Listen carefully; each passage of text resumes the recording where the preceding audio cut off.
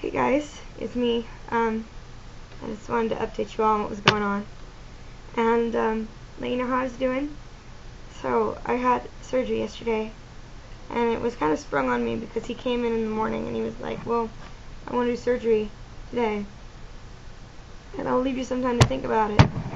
And so I thought about it for an hour or two, and then we kind of decided that we really have another option. It was like either go to surgery or go home because he couldn't really do anything else for us. He didn't know how to treat it, and I'd already gone this far. I kind of had to do it. So I said okay, and then like the next thing I know, they're like, all right, let's go, and I'm like, what? Do I? Like they didn't give me any time really to emotionally prepare. Like we're going back in 2 hours or something. No, let's go. And that's why I didn't get a chance to call most of you guys. I got out a note real quick, I guess. But that was all the time I have for. And today I'm feeling good. Like the pain that I had for 3 weeks is almost completely gone, and it feels like a weight's been lifted.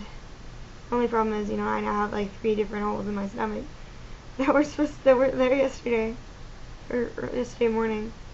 But those will heal. That's the important thing. And I will show you my scars right now if you want to see them. You can't really see the scar, but you can see the band-aid or the bandage. So like I've got 2 here, right below my rib, and I've got 1 here. She made it in the shape of a heart. And so I'm a little poofy right now. They had to fill me up with air like a little cream puff, so they could stick the camera in.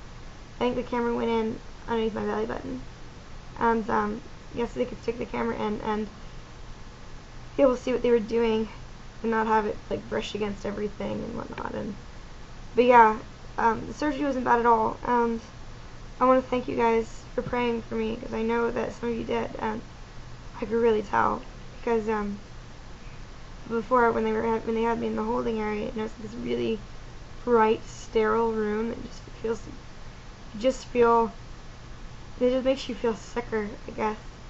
And it's intimidating, and I was really kind of worried.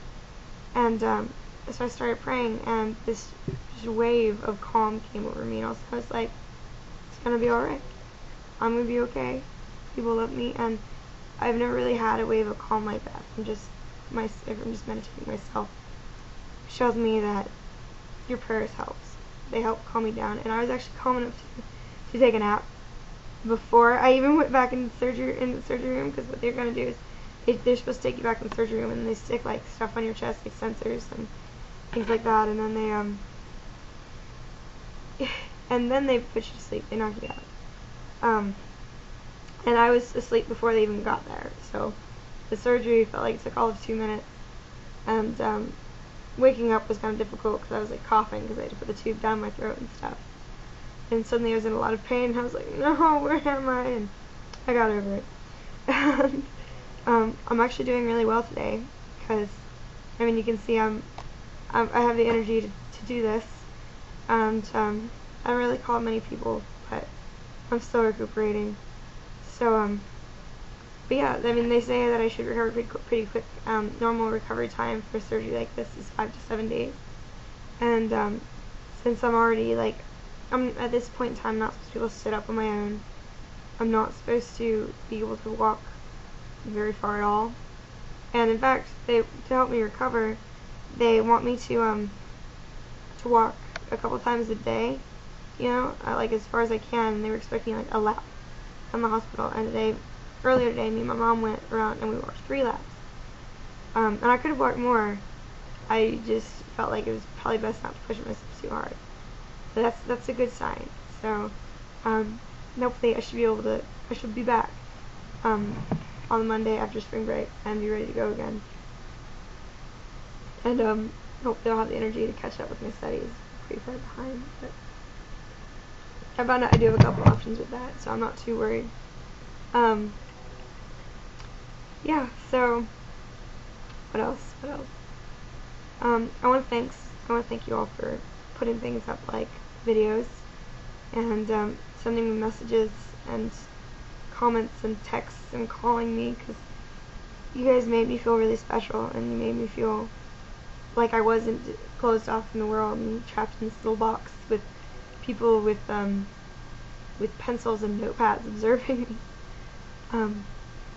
It meant a lot. Also, I asked to see my gallbladder afterwards, and they said they couldn't show it to me because they chopped it up in about, I don't know, 10 different pieces, and they sent it to the lab to try to figure out what the bacteria was and how it happened and what caused it and whatnot. But they did say that it was a good thing that I got my gallbladder out, because that was the problem. It was the most infected gallbladder they'd ever seen. And I guess I had a lot of anomalies with this, because there was the fluid around it, and the fact that they couldn't even tell what it was at first, and the fact that all the doctors had never seen it before, and then there was also the fact that when your cell wall of organs, when it's infected, it thickens. And it thickens uniformly, like all the way around. Like, so instead of being like this, it thickens like that, and it's all the way around.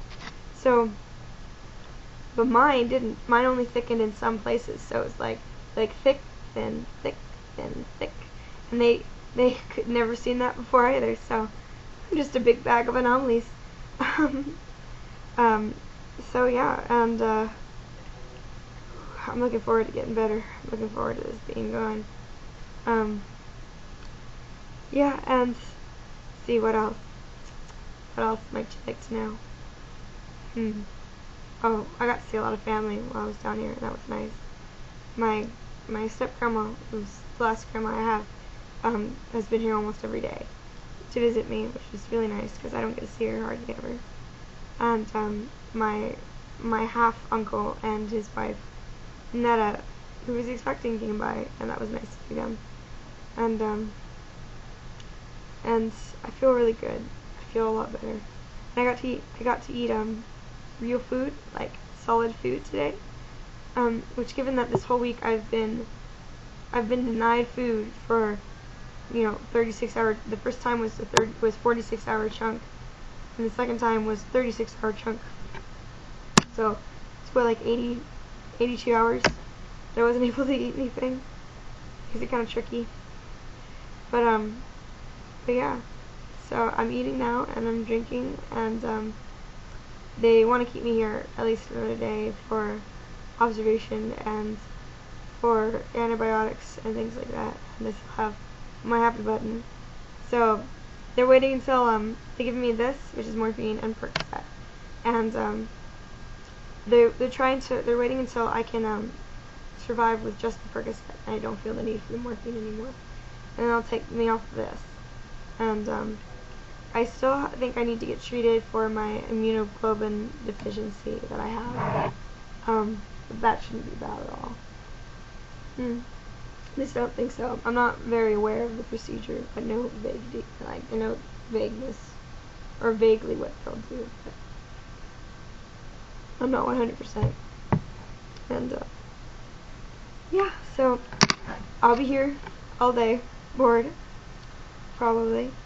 And if you guys want, you can leave me some more videos or comments or give me a call. I'd be glad to hear them, because it's nice to hear from you all. I'm so grateful that I have all of you guys to be there for me and show that you really care about me, and this has been an experience. So but yeah, and when the bandages actually come off, I've got no problem showing you my actual scars, because I'm intrigued as well. I want to see them. So yeah, and I love you all, and I will talk to you later. Bye.